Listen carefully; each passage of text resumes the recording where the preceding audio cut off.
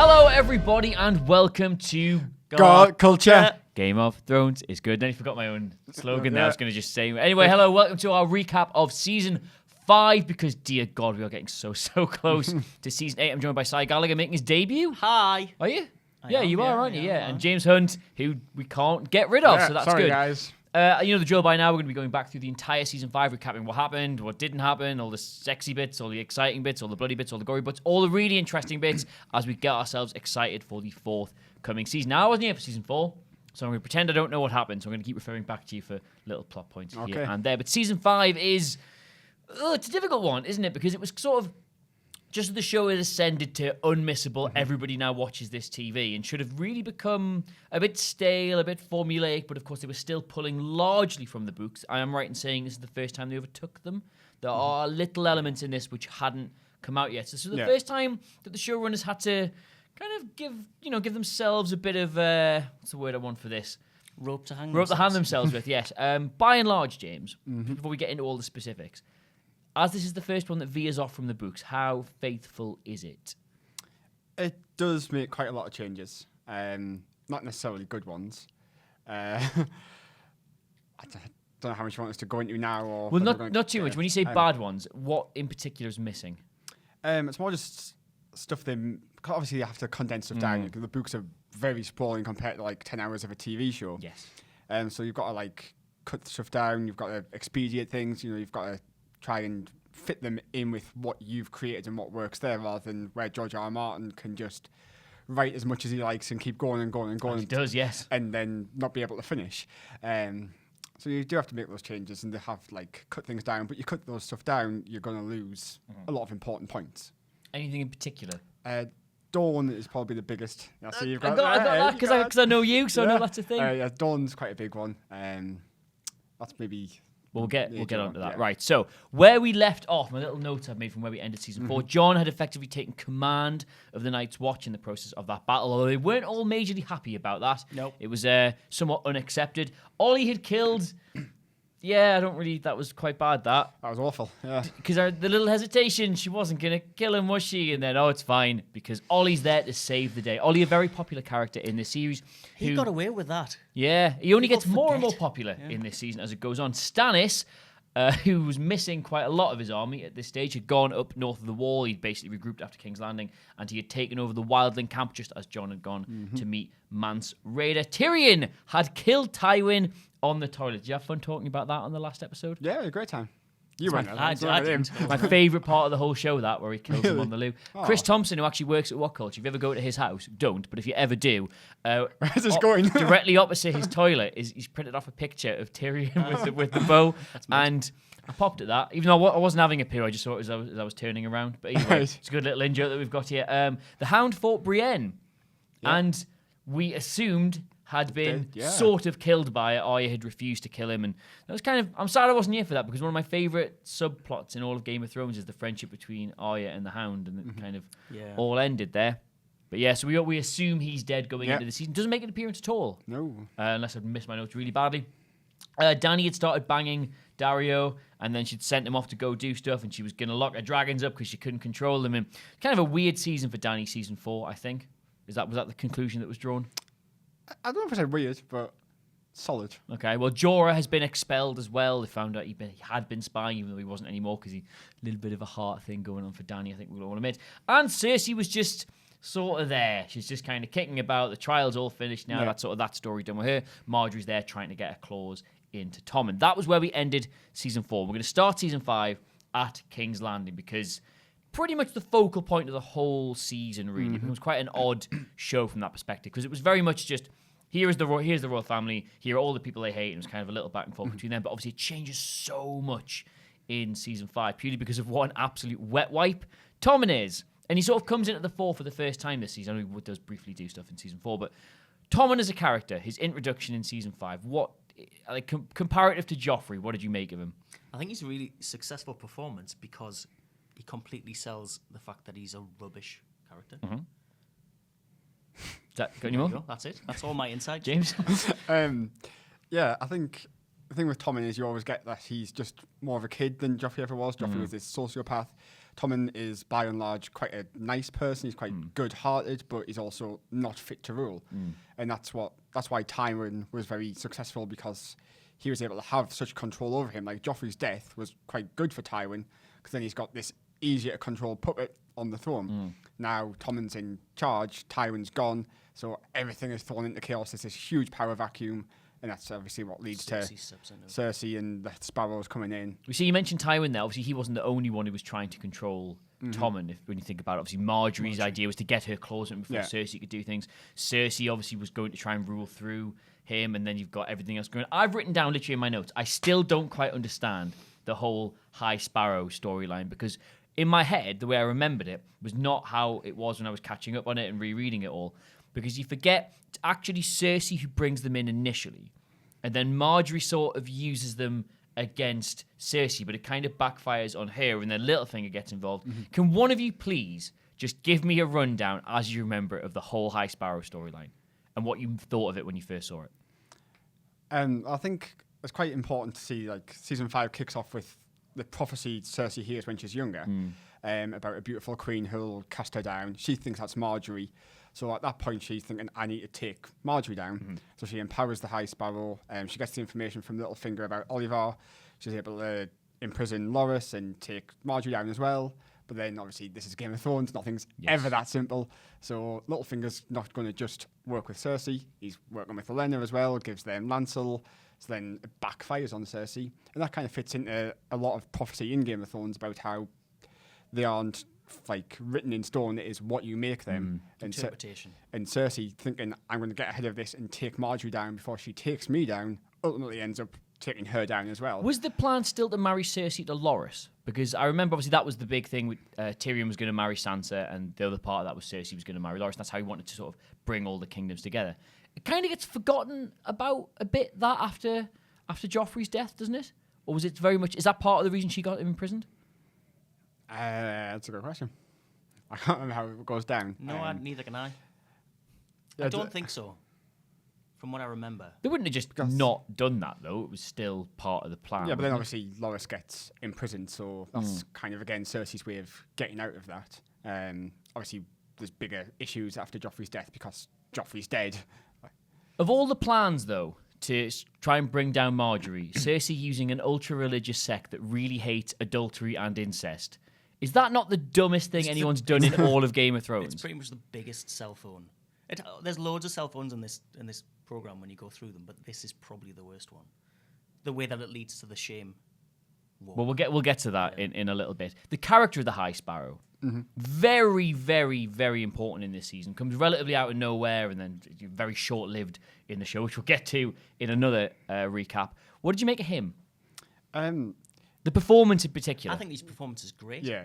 Because it's really, really low-key and really slow burning, but he's a zealot, which is the important thing, and he doesn't do anything. This is a program of people who are like grand characters and caricatures, and he's not. He's a fairly normal guy. He's committed to one thing, which is what a lot of these characters aren't. And I think he's great. Oh, great. Jonathan Price. James, the performance? Yeah, I think Jonathan Price is excellent. He's one of those like kind of older English actors that this show attract so well. And he's like, his delivery of like that vocabulary and his sparring with Cersei and Olenna especially is really strong. I thought it was quite interesting because it's such a show. The lore is also grounded in various religions and various interpretations of religious dogma, that this was the first character that actually felt like a religious character. I mean, obviously we had the Red Woman as part of the Lord of Light and stuff, but that felt like a supernatural character, like something mysterious. This was the first character the show brought in. I was like, I get you. You're really religious. You're all about that. And is that kind of odd, really, given that the show's so grounded in like the gods and all this to have... I think it is because in particular, in this series, they talk about how the church and the state are the two pillars. And yet up to this point... It's all state, really isn't it? Yeah. It's just been different elements of state and then some witches. We will talk about the walk, because I was just reading up on it. I didn't realize it was actually a body double. Yeah. She used the whole way through. You can see it in some parts. The CGI in it is not massively brilliant. Uh-huh. But, Which particular freeze frame did you think? I've been through, it's about 13 seconds. Well, yeah, I was reading up on it. Apparently, it kind of misses the point the way they did it. It differs massively from the TV to the books. Because in the books, the whole idea was, she's had many children. She is aging. The whole part of the walk was meant to sort of expose her as not being beautiful and being actually very fragile and very human. But they got a body double in who was about 15 years younger than Lena Headey. Do you think the show's really missed out on something there? I don't know if they've missed the point necessarily. I mean, obviously, the body double thing is Lena Headey's choice, and that's fair enough, really.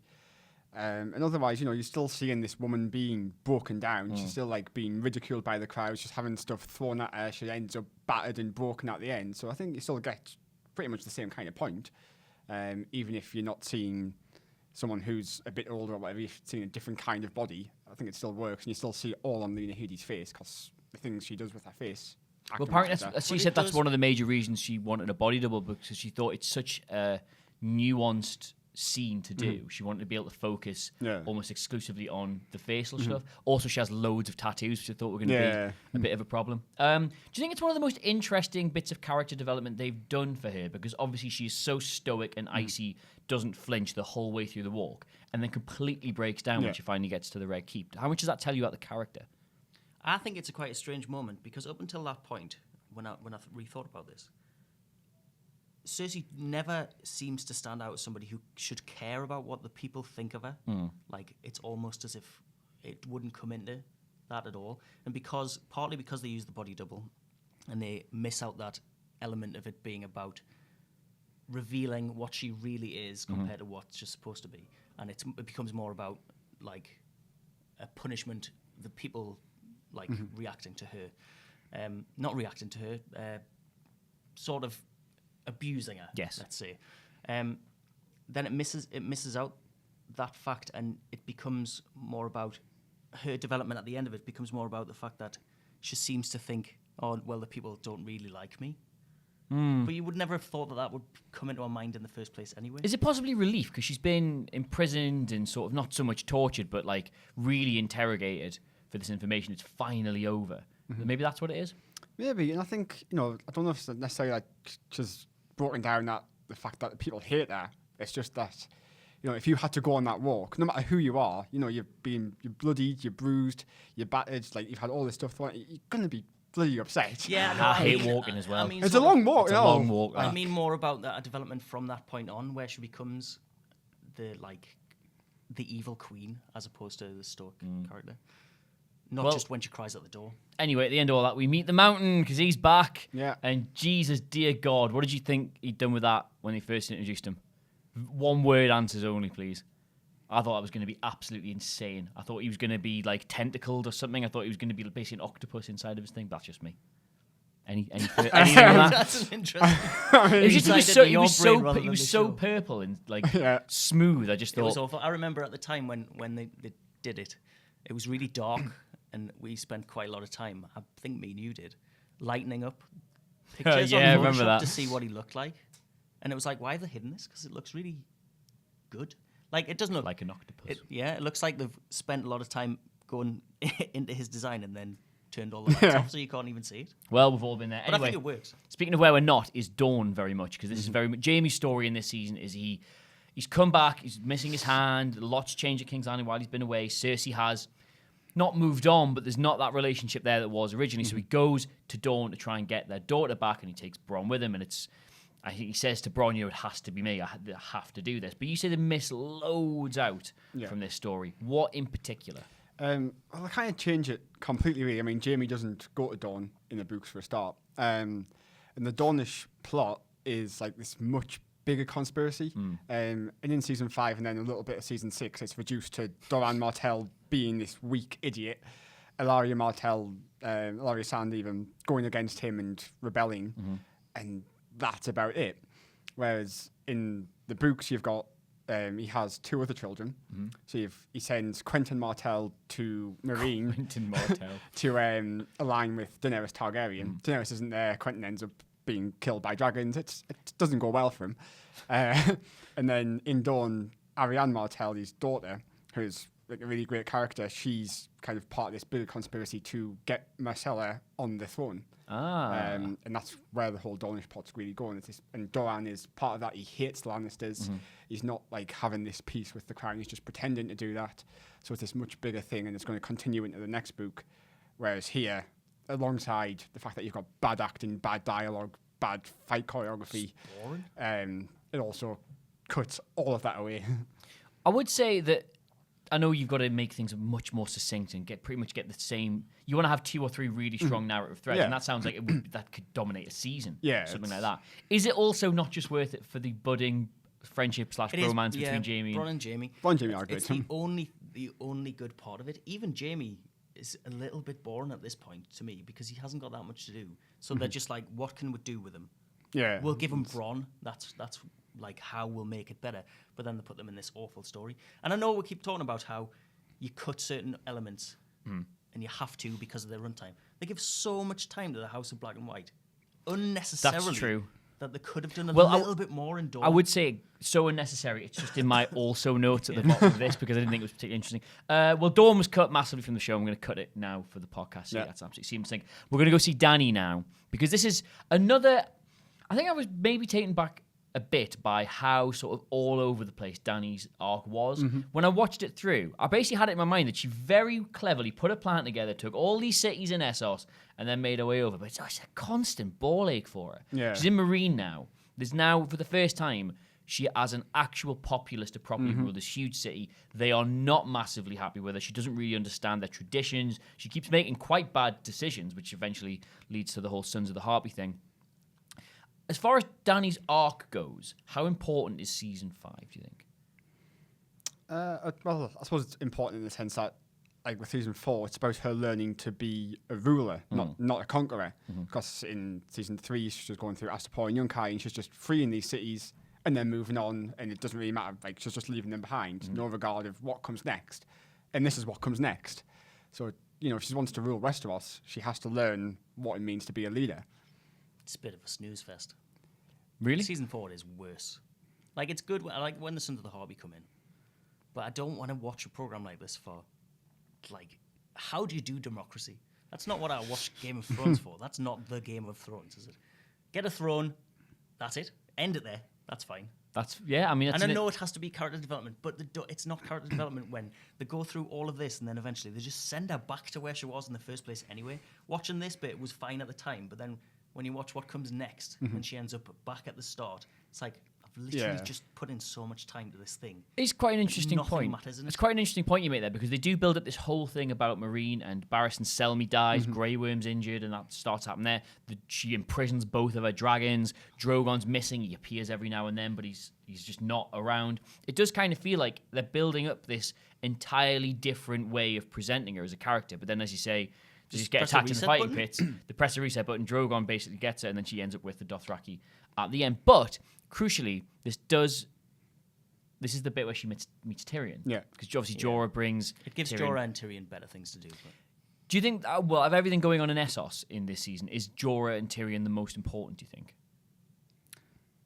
I think it's the most interesting. Tyrion's on a downward slope from here, unfortunately, because of how good season 4 is, and then. I don't know why, but he has interesting things to do, and his relationship with Jorah is really good to watch. It's not quite as good as Bronn and Tyrion, but it's still all right. I think Jorah's story is much more interesting, even though it's probably the most ridiculed story. It's quite predictable, really, isn't it? Like the redemption arc for the lowly, heartbroken old man. But it isn't entirely predictable because if you were to write that story, he would be dead by now. Well, I mean, 8. You say that when you say if you were to write this story, I suspect the man who is writing this story probably will have killed him off. I don't think he's writing it anymore. You keep mentioning next book. I don't think there is one. Well, also Jorah doesn't have. Never mind. None of this happened at all. It's a whole other thing. It's very different. It's a whole other thing.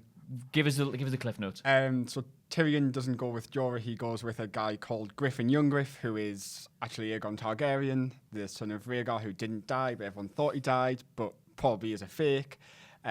Oh yeah, and then I've heard about all this. So instead of Jorah getting grayscale, it's Jon Connington, who was Rhaegar's best mate.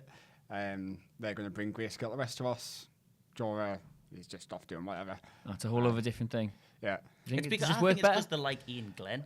Yeah. Good actor. fair. I think they were right to cut a lot of the Aegon plot because it's just I can't see it really going anywhere. Back on Tyrion, though, it's a very... Because he was effectively presented as the god of tits and wine, the most unfortunate man in Westeros. Then the trial happens. Pretty much the moment he puts that bolt into his father, he becomes a very different character because he's not exactly whoring and boozing in this season, is he? He's very much trying to present himself as a man who has seen it all, who knows how everything It's works. when his beard becomes important. Yeah. Is it better or worse, Tyrion? Do you prefer this Tyrion to old Tyrion? All Tyrion. Old Tyrion's much better. But I think that's because From here, he's turning into Tyrion, the really bad advisor. Yeah. He also gets a lot more to do in the first 4 seasons. Yeah. He doesn't get, like, I think it's very frustrating watching Tyrion in seasons like 5, 6, 7 because he was a main character and now he's like kind of just on the periphery, not doing as much. And when he is doing it, it's bad advice. That's Do literally what you he not does. class him as a main character anymore? Well, it's interesting that you spoke about this being the point where it diverts from the books, because Tyrion is George R.R. Martin's character, and then at this point they move away from the books, and all of a sudden Tyrion is not even remotely important. It's not just that they're telling their own story. It's like they're telling the anti-George R.R. Martin story, and the best way to do that is to just go Tyrion. When you say Tyrion's George R.R. Martin's character, Well, he's his favorite character, and you think he writes it as if it was he's his him? proxy effectively. And whereas now in the TV series, everybody will think it's Sam Tarley because of the theory about him being the writer, but it's Tyrion, or it should be anyway. That's how Well, I you know the theory about how everybody who writes a book puts himself in it, but the character is just better with women. yeah, Is that basically there you go, yeah. that's the entire premise. And then when they move away from it, Tyrion all of a sudden is celibate and is natural. It's a point actually. Since it got off the books, he's not got his whole Closest once. he's Has he? done is stand outside the door and listen. Probably. I mean, I don't know George R. R. Martin particularly well, but I think that's probably more an accurate depiction. Anyway, we're getting off topic here. Jon, I wanted to save this to a little bit into the podcast because there was quite a lot to talk about. Yeah. Jon's story in this is when you actually lay it all out, not a whole lot happens, but how important it is and how dramatic each part of it is so crucial for the rest of the show. Because obviously he's sort of taken command of the Night's Watch. They've elected him in a very nobody's really all that happy about it. So they've defended the castle. He journeys up north to basically. God, does he go to kill Mance Rayder or just to talk to him? I can't really remember. At which point? At the very start of the season. Very start of the season. So he's gone to like talk. He doesn't go to kill Mance Rayder. He just goes to talk to him. Yeah, he respects him, doesn't But he? he gets there, and obviously Stannis has taken over, Yeah. and we get this whole idea that Stannis has been routed from King's Landing, and his new plan is to basically go into the north, work his way down, take far easier to conquer lands all the way down, and build up another army for which to go for the throne. But not that easy because Stannis is he's phoning it in for me, like tactically. I think he's so gutted about King's Landing. He's like, we'll go to the north. We'll do this. He offers Jon like lordship if he helps him, but obviously Jon can't.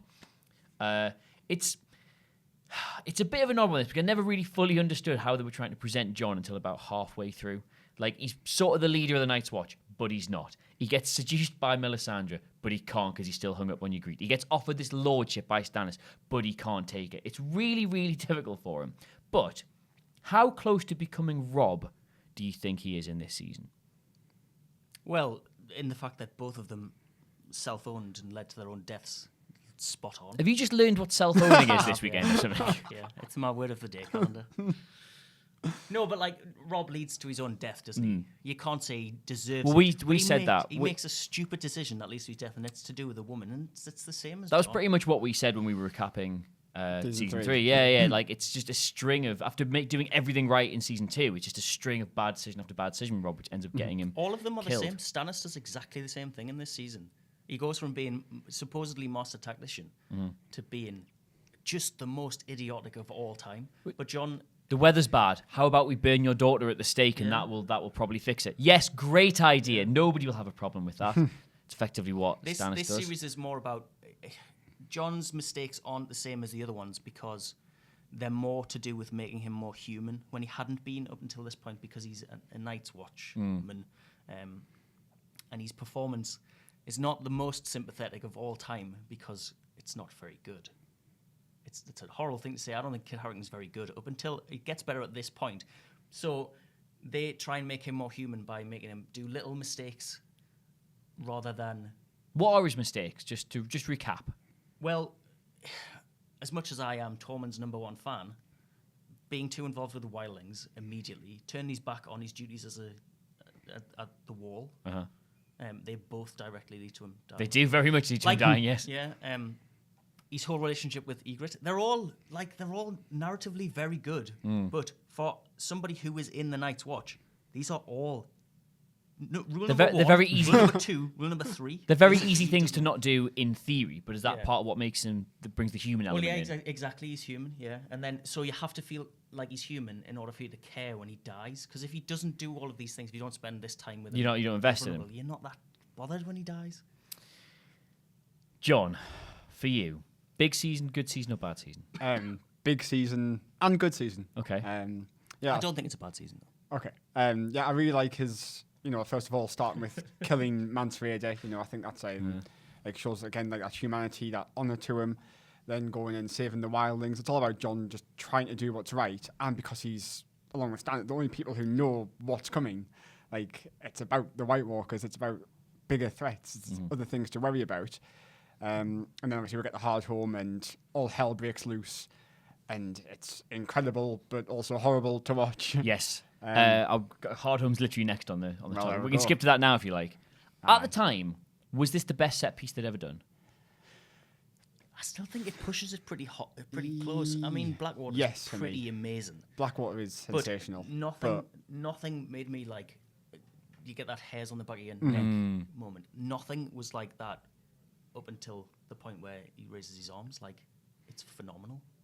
I think why this really stands out as well is because all the others battles are just that. They're battles. They're two sides of There's no person. equal-ish force going against Yeah. each other. This is just a massacre. I was going to say, because the difference between this and Blackwater for me was I didn't really care whether Stannis or the Lannisters won that. I was like, well, this is just part of the story. This is just the thing I'm like. I didn't want to see them all get massacred by it. It wasn't going to be like, oh, whatever they do here is fine by me. I was like, gee, God, I hope they get out of this. I was finally being pulled in emotionally by the show. The difference between it with Blackwater is they cleverly take away one thing you care about in Blackwater by knocking Tyrion out. Like, if he hadn't been knocked out at that point, you might have had more investment in it. So it's supposed to be just who do you choose, whereas this one is very much these people can't die. And for the first time, probably, you start to think these main characters might actually die, not because of like other main characters killing them, but because of this other force. Winter has come. Where does it rank overall, the big battles they've done? I think it's, for me, it's probably the best. Really? Yeah. Go on. I just think because, again, it's that horror, it's that, like, there's a surprise element. You don't really see it coming in the episode. It's just kind of meander. It's going along quite nicely. You've got the stuff with Tyrion and Dany, and then it switches, and, he's going to rescue the wildlings, and he's having this talk with the wildlings, and you're like, right, where's this going? It's good, but you're like, I wonder what the end game is here. And then all of a sudden, whoa, like, here's the White Walkers, here's the Whites, and it's just hellish. It's like, they're doing like this zombie thriller attack, and there's just bodies piling up. That. I always try and wonder, like, because when Game of Thrones starts, if you just mentally snip out that very first scene, which has 2 zombies in it, where does it go from being a like really interesting political thriller that's largely about incest and parts of the world you wouldn't want to live in, to full-on fantasy epic? And for a while, I thought it was when they brought down the wall. At that moment, it switched forever, and you can never go back. Yeah. Is it actually Hardhome? Is it the exact moment he raises the dead? It probably is. Probably. There is a bit of a switch there. Yeah. I don't think this is as good as the Battle of the Bastards. No? What's No. missing? I just think that one shot of Jon clawing his way.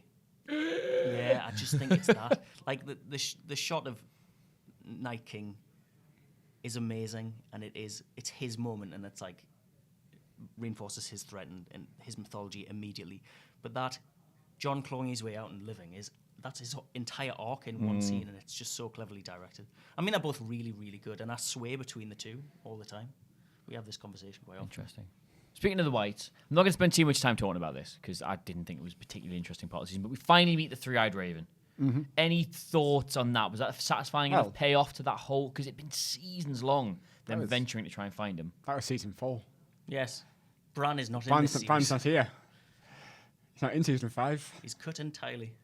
Oh well, good. We'll cut that. There we then, go. can't we? God, they leave him out. They do leave him out entirely. He Don't just they? Yeah. disappears, yeah. And then he comes back and he's been through puberty. It's like, oh, you don't look right. Because his story's kind of ended on the book at that point, so there's like... I don't know what to do with him. Oh well, don't know we'll what to do now. we'll get back to Stannis then. He finally gets himself south of the wall. Jon doesn't help him. He comes up against the Boltons, and pretty much one of the final closing set pieces of the whole season is going to be this Stannis versus Bolton, Baratheon versus Bolton battle. And it's just, did any of you buy for a second that this wasn't going to be the end of Stannis' story? Because it just feels so predictable in the way it's like, look, he's been through all this, he's lost half his army, his wife's killed herself, he's burned his own daughter at the stake. This is it. He's gone down an avenue from which there was no way out. And everything they'd done to kind of set Ramsay up as like, this guy's like, we'll get to some other stuff in a minute, but this guy, he's got it to an extent. He's good. He's a character you want to see. A fitting punishment for Ramsay would not have been losing that battle. You wanted more from him as a character. So was there any... Did you ever buy it that he was ever going to win? I really, really, really... Like, I expected him to lose. I just really didn't want him to disappear at this point. Why? Because I liked him as a character. He was Stannis the Manus up until, like... Stannis the Manus? Until series 4, pretty much. And then this series is like... Sorry. Can I just That's what clarify? he was called? Stannis the Manus, That's the though. thing, yeah. I know, but like, do you mean Stannis the Manus as in he's the man? Or like, it's just one letter away from the menace? No, he's the Just man. the man. Stannis the Manus, bloody hell. It's not the most imaginative thing. No, but I really liked him at that point. He was the Manus for me. And then this series is about rectifying that and making it be like, oh, he should die. And it's too obvious. And I wanted it to be at the end for when Brienne does what she does. Her duty? For that not to happen because you don't see it. Well, I just wanted it in she could have hit the tree. I know. Like season 8, he can come back. There's no hope. He's not. It's not coming. I mean, back. he's dead. He's dead. Yeah, I mean, was they gonna say. confirmed it pretty much straight away, but it was just... There's always you live in hope, though. Yeah. Especially in this show, because if somebody dies, doesn't mean they actually have died, does it?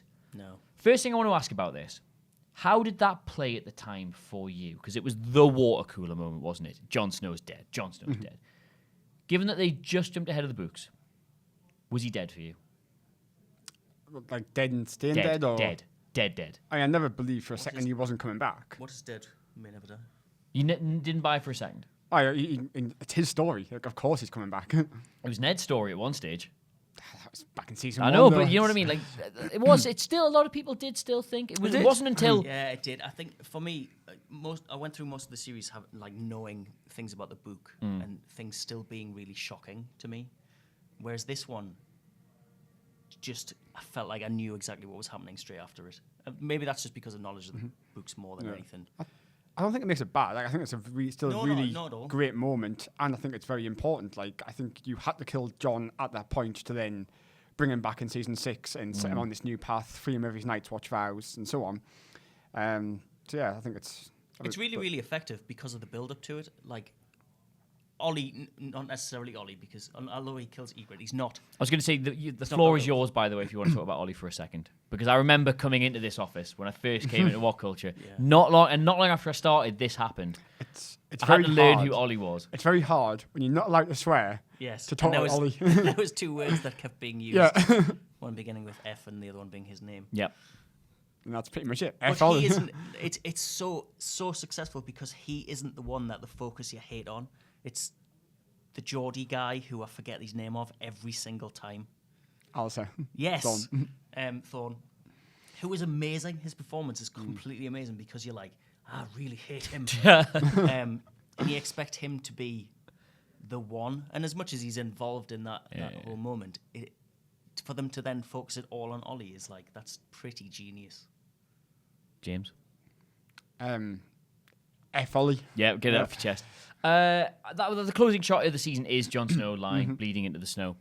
But there's some stuff. I mean, we've only got a few minutes left, so there's a few things that didn't really jump out. Ramsay's story arc with Sansa and Theon.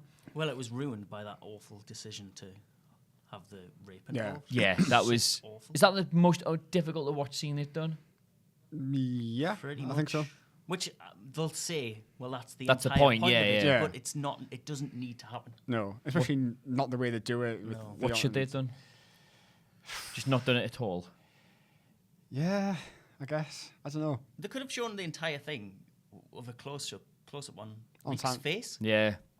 I just and it's, implied it. I found it really, really. But I think really I unforgivable. don't actually don't want to see it through Reek's face either because No, it's not his. it's true. It shouldn't be Yeah. about him. No, it shouldn't. It They shouldn't be do. about anything. They do make their escape at the end, Yeah. sort of. But again, that was another one. I didn't realize this until I read back up on it. People thought they might have died. There was genuinely some people like, oh, so they will When have, they jump have they off the wall. survived? The producers had to come out and say, oh, they're fine. Don't worry Yeah. about it. That's them escaping. We also have Arya's story in Bravos, where she spends ages in that house. Yeah, Of the mopping black and white. floors. It's Yeah. so painful. The idea, right? So the Golden Army are the biggest army now. The Faceless Men should have been. They're like the most powerful group of people who are totally undermined by the show. That could be used as a weapon by any of these other elements in the Game of Thrones, and now they won't be because they spend so much time making them rubbish. I'll They be did a honest, sweat. it's one of the few elements of the show that I would genuinely say I found boring. It makes me furious the way they did it. I was Even more than Dawn. invested in Arya becoming this sort of swordsman, very, very good, like a killer, becoming a killer that way with the Hound. Now, don't get me wrong, I get that now the character that they've got to play with in Season 7 and Season 8 is very good as a result of, like, all this, the lore behind the Faceless Men, but at the same time, I just did not care. It felt like I spent 3 episodes watching her get chased by the Waif. Yeah. Yeah, I honestly felt like it went on for half the season. but killing Mereen Trant is very good. Oh, that's amazing. Again, yeah. it's another good payoff at the end, don't Yeah. get me wrong, but just... But again, they reset her character as well. Yeah. It's like a girl is no one, a girl is no one. Actually, a girl is a Stark. Yeah, So why have we been here? All you've done is ruin Jaqen.